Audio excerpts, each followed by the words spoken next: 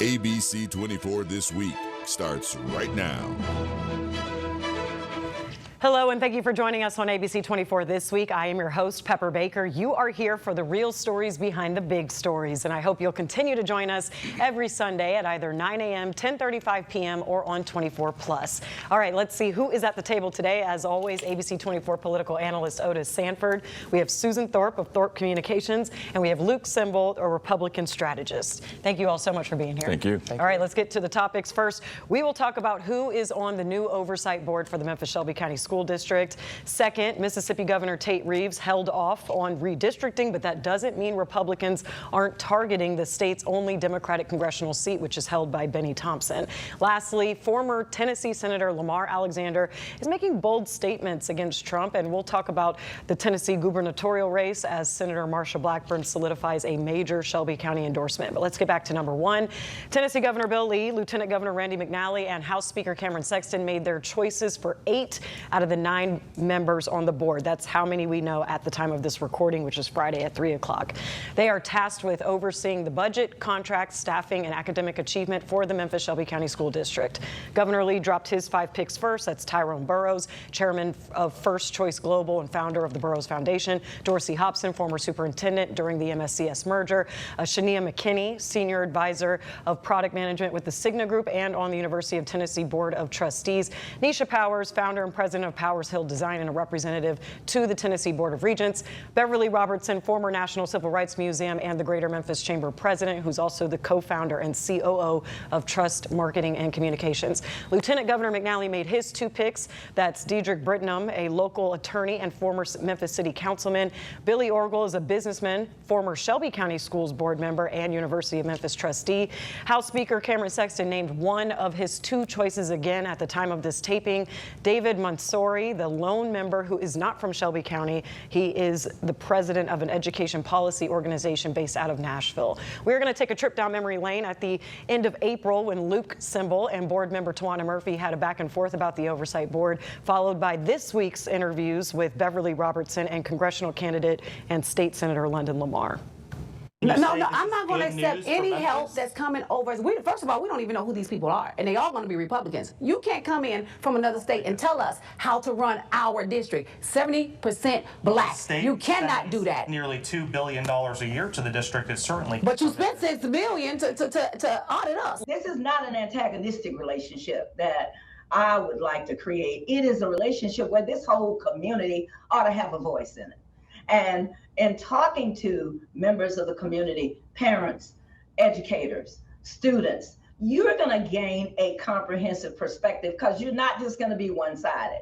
People had a right to be concerned, but now that we see who it is I think I'm at a point where what's done is what's done. And now this is where we are here. And I think these folks will do a good job. I think they will have good relationships with our local school board members. And hopefully we can go down an agenda that aligns and that focuses on children first and improving the education system. And so I am optimistic. So I do want to give a disclaimer that board member Tawana Murphy was quoted this week that she, it's out of her control. They are where they are, and the picks were actually people who were from the school board formerly and may be able to help work with them. So Otis, I want to open it up now. What do you think of the people named to the oversight board? Well, I think overall it's an impressive group of professionals, very accomplished professionals at that. And of course, my hope is that they will make a difference with education with Memphis-Shelby County Schools, and they will be able to work with the existing school board and the school system. Having said that, though, I do think that there are a couple of questionable names on the list, and one of them is Dorsey Hobson, and really to some degree Billy Orgel. Billy Orgel was on the board for quite a while. I mean, I think he just went off the board in 2022, as I recall. And some of the issues that were addressed in the forensic audit, he was there at the time. And I've also heard some other questions about whether there are any possible conflicts here with some people on the board, on this new board.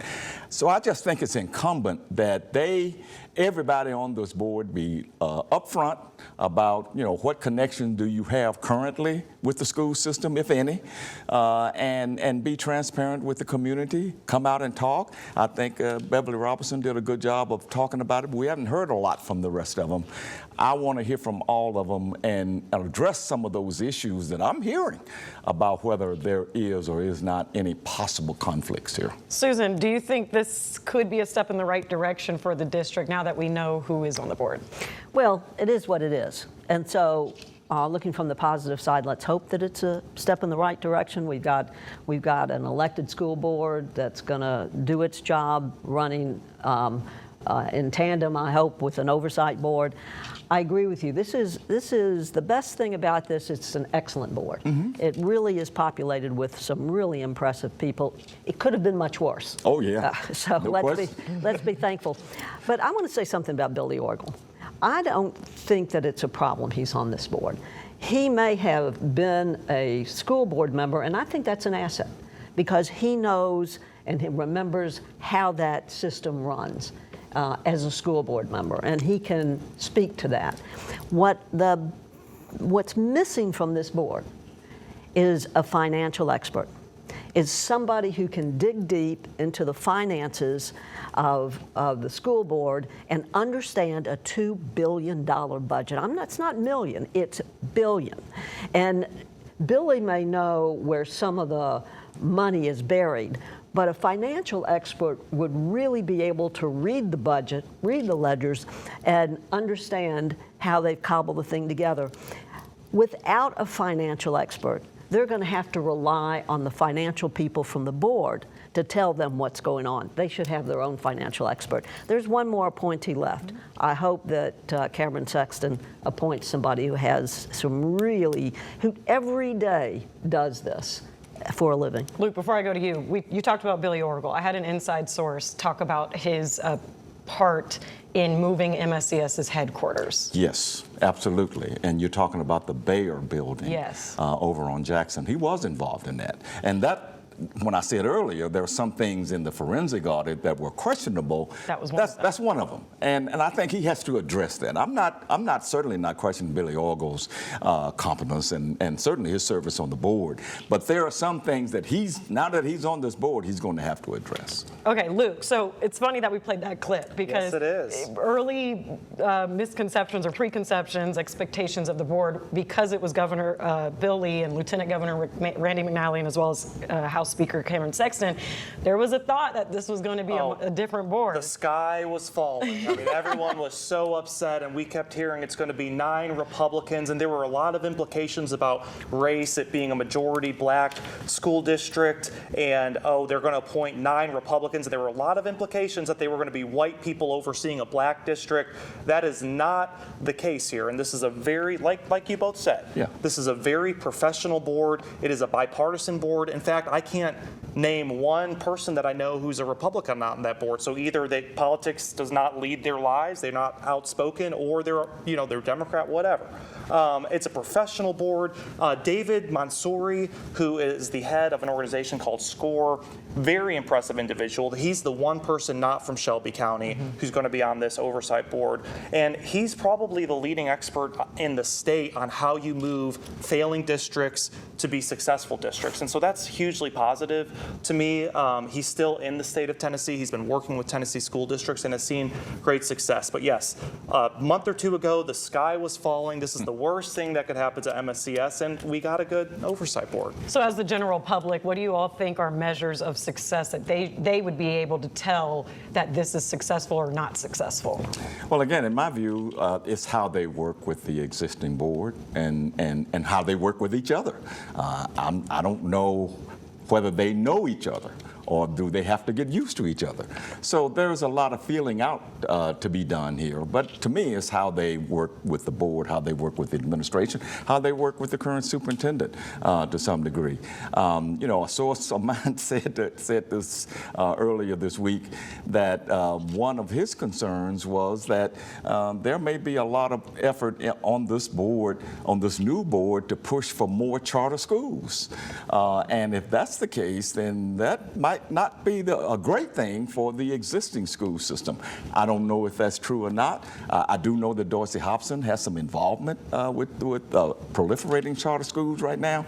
We'll just have to wait and see. All right. Well, last point real quick. Really quickly, I would like to see a lot of transparency on how this board operates, how the elected board works with the oversight board. I'd like for there to be some established plan that they talk to the media and let the people know what's going on, because with transparency comes trust. Okay, well, certainly request those interviews ASAP. All right, when we come back, we've been talking about Tennessee's redistricting, but we're going to get into what's happening in Mississippi. Stay with us.